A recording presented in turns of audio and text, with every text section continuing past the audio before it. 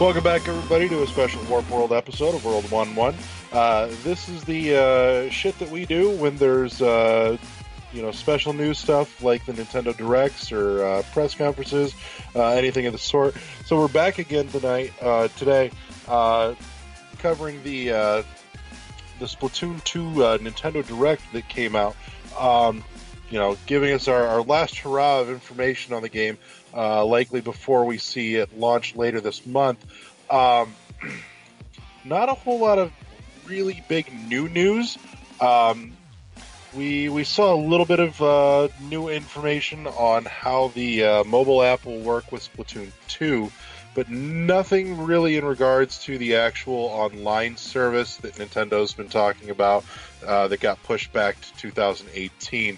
But we'll get to all that in just a minute. I am your host, as always, Larry the Bearded Wonder. With me, as always, is my amazing, super black, super gorgeous sidekick, Eddie Magic Head V. And we're here. Let's do this shit. Oh, okay. So I guess it's up to me. Hello, everybody. The Splatoon 2 Direct, like Larry said, was today. They first started out with on Inkling City on how everything looks. They talked about first starting off with the gear that you could buy from the shops. One of the characters is named Flo. You could buy hats. She sells the hats. Giafonso, he sells shirts. Bisque sells shoes, and the lovable Sheldon is back. He sells weapons. So as long as you play the Splatoon multiplayer, you'll start getting points. You come back into these shops and buy these items. They also showed off some of the new main sub weapons and specials. So for some of the weapons, you have a selection from roller weapons, charging weapons, splatling cannons, and splashers and blasters. Now, for some of the weapons, you can have a storage charge. So if you're charging up your weapon while on the move or going through your ink, you can still keep that charge right there going. They have vertical swing for the rollers because you were only able to do it horizontal. Now they added vertical to it, and they also add a dodge roll. So if you got a weapon that's like double or lightweight, you can the dualies, you could kind of dash out the way, which is kind of nice. I like how it looks. I'm like, ooh, that looks fast.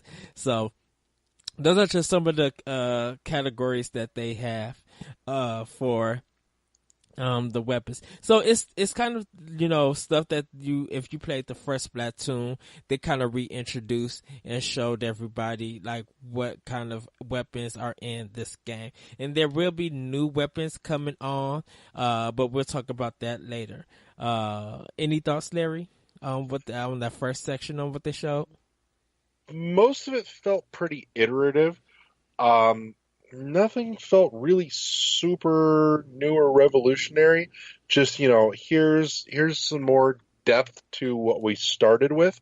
I do appreciate the fact that all of the super weapons are new. I think it's going to help mix it up a little bit so that not everything feels quite so rehashed.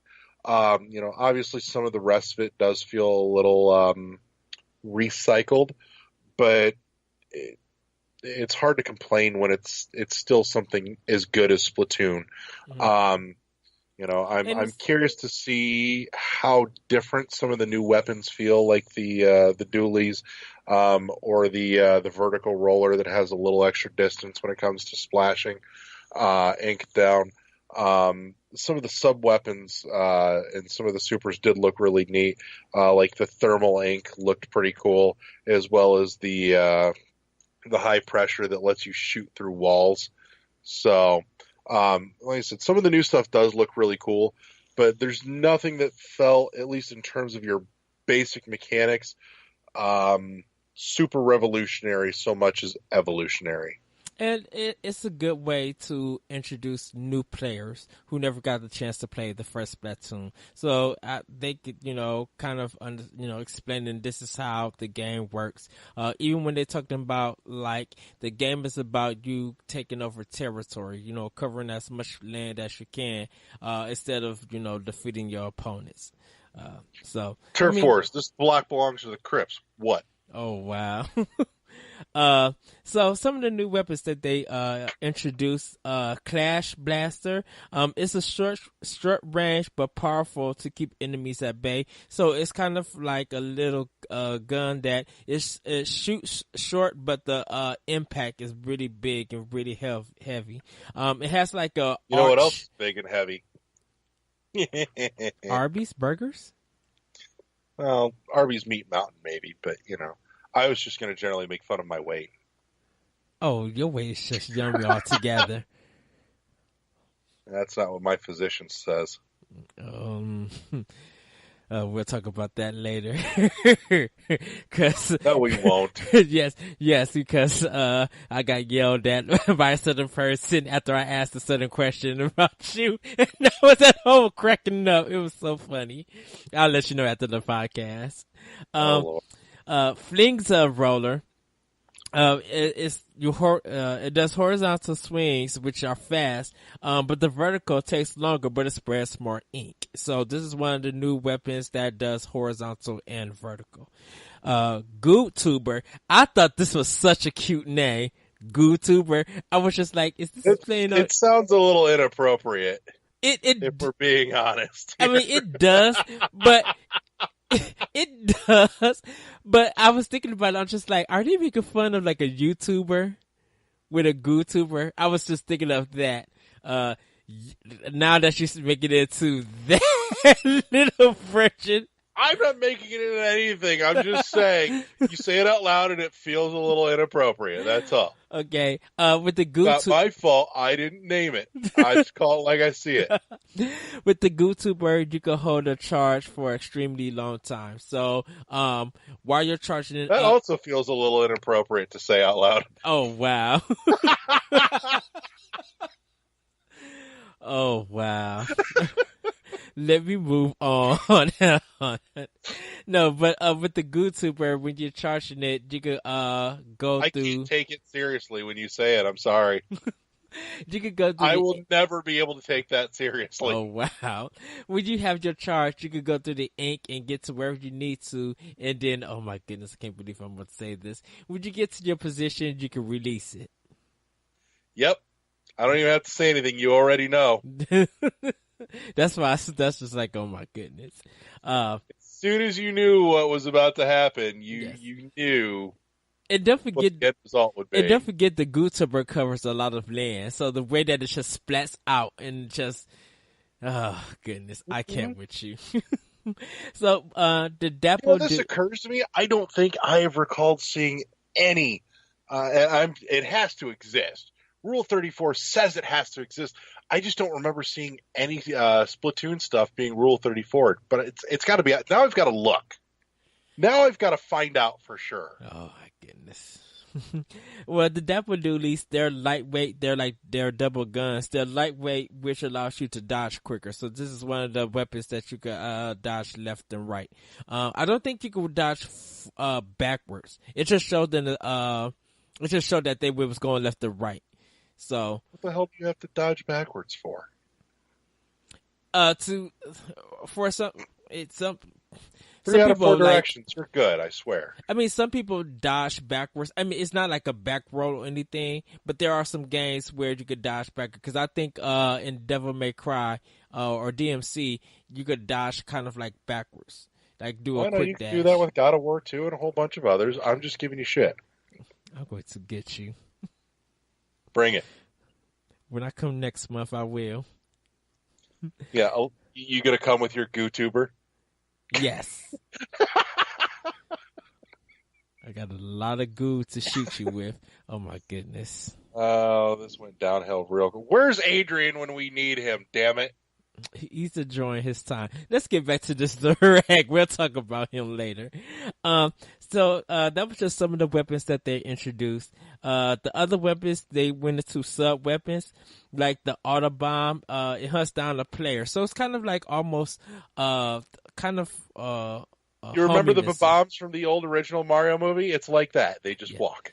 They look like dogs, though. They're like They cute heal a little little bit. dogs. They kind of do. I was just like, oh, they're bombs. Oh, never mind. Well, to be fair, the bombs looked pretty damn cute too. Yes, they do. The toxic mist. So you could throw this kind of bomb where a cloud of mist would go in and it would slow down your characters. Because it's the other, but not your characters, your opposition characters. The mist. The bad guys. Yes, the mist is your team's color. And of course, like if another player from a different team is on your ink, it slows them down. So it does something like This was that. also a terrible movie. Oh goodness! So that was just some of the sub weapons, and then the specials. I like the Tenta missiles. So the Tenta missiles are like homing missiles. It looks really cool in action on just how they all shoot up, and then they'll hit the players and destroy them like that. Tentamissile sounds like a hentai. That does. That's the expanded scene from Archer. You know, it's Mushi Night, movie and sushi. We got Fisherman's Wife and Fisherman's Wife 2, The Retentacling, and Fisherman's Wife 3, Tentamissiles. Oh wow! So wow, I gotta finish watching Archer. Oh my God, you do. Yeah, I only got to the third season. I didn't get further than keep that. Going. It never gets any worse. It will forever stay at least as good, if not get better. But I know they lost wherever the CIA, with everything they was at. Then they started doing evil. They became it's evil. still good. It's still good. It's fucking hilarious. So yeah, I have to watch that. But back to the show. Inkjet, it lets you fly around. Stingray allows you to shoot through walls. So it's kind of like a charged weapon. And when you get up, it looks like you can line up your shot, and it's just a big old, oh goodness, can't believe I'm saying this one too. A big old sploosh of ink that can just hit players. Like it's a big kind of wave of it. The bomb launcher is another one. Ink armor, which is I thought was cool, is that you around your team players and they could have this invincibility on for a couple of seconds.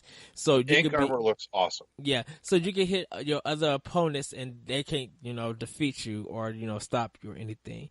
Baller, it's a person or a squidling that's in a hamster ball, and they could climb up, and when they get to where they need to go, it'll load up with ink and they'll just explode. So those are some of the new weapons that or new specials that you'll be able to get into Splatoon. Then they went into showing some of the new modes, or the modes that's in the game. Turf War, which is basic, that you get the more land you cover. Rank mode, you have Splat Zones, Tower Control, and Rainmaker. Splat Zones, you go to different zones and try to take over the territory. Tower Control, there's a tower that you have to climb on and ride it all the way to the other person's or other teams. Section. If you do, you win the game. And then Rainmaker is that you get like this golden fish, and it's also a weapon, and you have to, I think, get to the other teams or your team's section with the fish. Oh my goodness, because you're laughing. Go ahead. What is Oh it? no, keep going. That was it. And whatever platform that you land at on the other team, you end up winning. Oh, and then there's league battles also. Thoughts, Larry? It looks like they've definitely started doing a little more in terms of some traditional online multiplayer stuff for Splatoon. With the multiple modes, the individual ranked battles. being able to carry individual ranks for different modes as well. Um, where we're still going to exist in this thing where they want to, force you to play whatever stages are in circulation at the moment rather than being able to pick whatever ones you want. Um, it's a step in the right direction. It's not perfect, but to be fair though, I've kind of stood by the rotating stage selection, the automated stage selection, just because it forces you to play everything and it keeps it a little more balanced. So I actually kind of appreciate that. Oh, okay. Well, they introduced merch. He'll be giving you more abilities for your gear. So that's that salmon run, like they showed in the last direct. You'll be able to do that.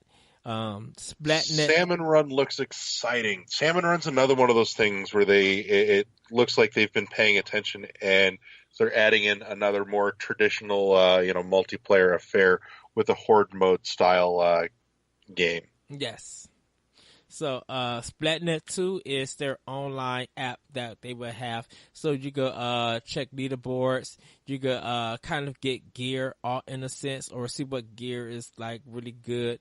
And then, when you cut on your console, you'll see that gear is like kind of in getting ready for you to go pick up. It's just a lot of other apps that you can set times with other players when the Splatfest is going to be starting. So things like that. So it's really cool. And that'll be able on your, I think, mobile phone and tablet, they said, I believe. Yep.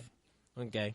So after that, they mentioned new weapons coming. One of the new one is a Splatbrella. It's like a gun with an umbrella, so pretty much you'll be able to shoot, and when you get your special, or part of it is that you could throw an umbrella, which is like a shield that blocks you from different ink. It's kind of cool. I kind of like We how can this take sound. the best part of Kingsman and put it in Splatoon. Pretty much. And then bubble blower looks like you could blow a whole bunch of bubbles.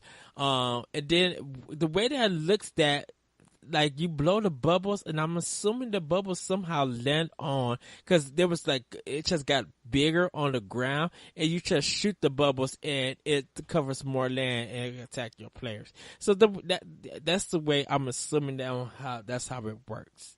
Probably.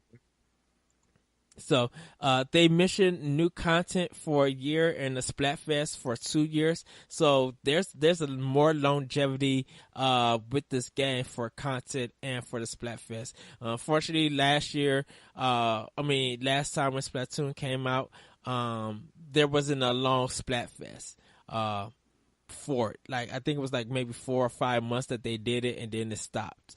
But this one is going to be continuing on because a lot of people enjoyed the Splatfest, and it was good to see how they mixed it up, like Transformers, like Cybertron versus No, Megatron. it was Autobots and Decepticons. Yeah. The hell are you talking about? I'm giving an example. Okay, forgive me. You're giving a bad and incorrect example. It's late, so. Yeah, but you're talking about one that is immediately in my wheelhouse, so I will correct you at every turn on that. I know you will. That's what I'm going to. Can't wait till I give you some goo when I get Eddie, down you there. need to check the chat and Skype there, by the way. I seen it. All right. So I had not seen it, but it's only because I hadn't looked. It is officially confirmed.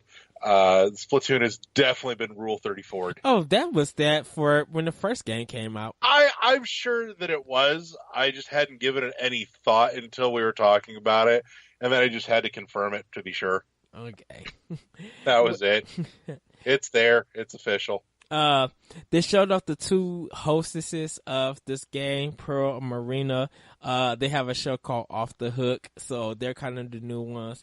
And last but not least, they are introducing the Splatfest, like kind of another introduction for the game. And that would be July 15th from 3 p.m. to 7 p.m. You could download it in the eShop and on that day and get ready for it. It's going to be cake versus ice cream. I'm team ice cream, even though I don't have my Switch yet, but I'm all for ice cream. And I believe Splatoon is coming out June 21st, July 21st, I think. That sounds right. 21st to the 25th. Oh, actually, no, because it'll be July 21st that it would be out. So, everybody could check Splatoon 2 out, and that was kind of the direct. It was like about 30, probably about 27, 30 minutes. No, it was about 25. Or 25. Okay. Yeah, I mean it was short to the point. Did the job. Yeah, on the Nintendo's YouTube page, it said like 40 minutes, but most of that time was waiting, and then at the end there was more time waiting. So I was trying to figure it out that way. Yeah, but that's Splatoon 2 for Nintendo Switch coming out July 21st for $60 or $59.99. They did show off some new amiibo, and they did say that the old amiibo will be working also for Splatoon 2.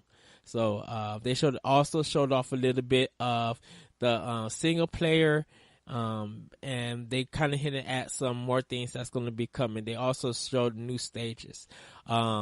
This for Salmon Run, I think they're going to be switching boards every 2 hours. I know a lot of it's going to be changing every 2 hours in this game.